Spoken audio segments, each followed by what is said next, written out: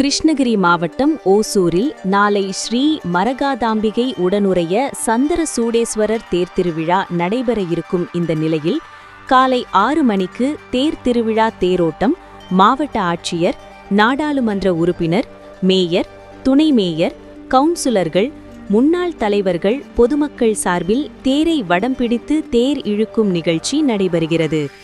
அந்த வகையில் இன்று ஒரு நாளுக்கு முன்பே தமிழ்நாடு தனியார் தண்ணி லாரி உரிமையாளர்கள் சங்கத்தின் சார்பில் மாநில துணைச் செயலாளர், கிருஷ்ணகிரி மாவட்ட தலைவர் ஆர். சீனிவாச ரெட்டி அவர்களின் தலைமையில் நாளை நடைபெறவிருக்கும் தேர் திருவிழா காலை 6 மணிக்கு தேரோட்டம் நடைபெறுகிறது.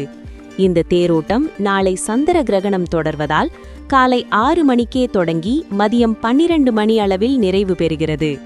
இந்த நிலையில் சுட்டெரிக்கும் வெயிலை தாக்கத்தினை போக்கும் விதமாக தனியார் தண்ணி லாரி உரிமையாளர்கள் சங்கத்தின் சார்பில் டேங்கர் லாரிகள் மூலம் தேர்பேட்டை வீதி முழுவதும் சாலைகள் குளிர்ச்சியாக இருக்க தண்ணீர் விடப்பட்டது.